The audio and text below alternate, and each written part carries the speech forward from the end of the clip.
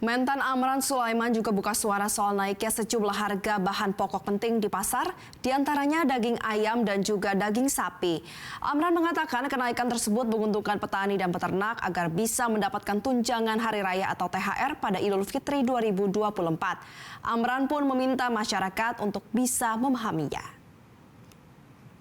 Soalnya cukup, tetapi kalau naik dikit harga ayam, peternak kan tidak punya THR.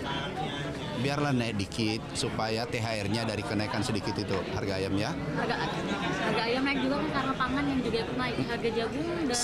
Sekarang stoknya cukup, produksi ayam kita cukup, telur kita cukup, tapi kalau naik dikit, tolong dipahami bahwa peternak kita, petani cabai kita tidak punya THR, tunjangan hari Lebaran.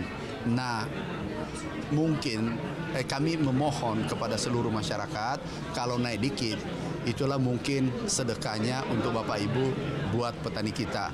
Itulah bentuk. Jelajahi cara baru mendapatkan informasi. Download Metro TV Extend sekarang.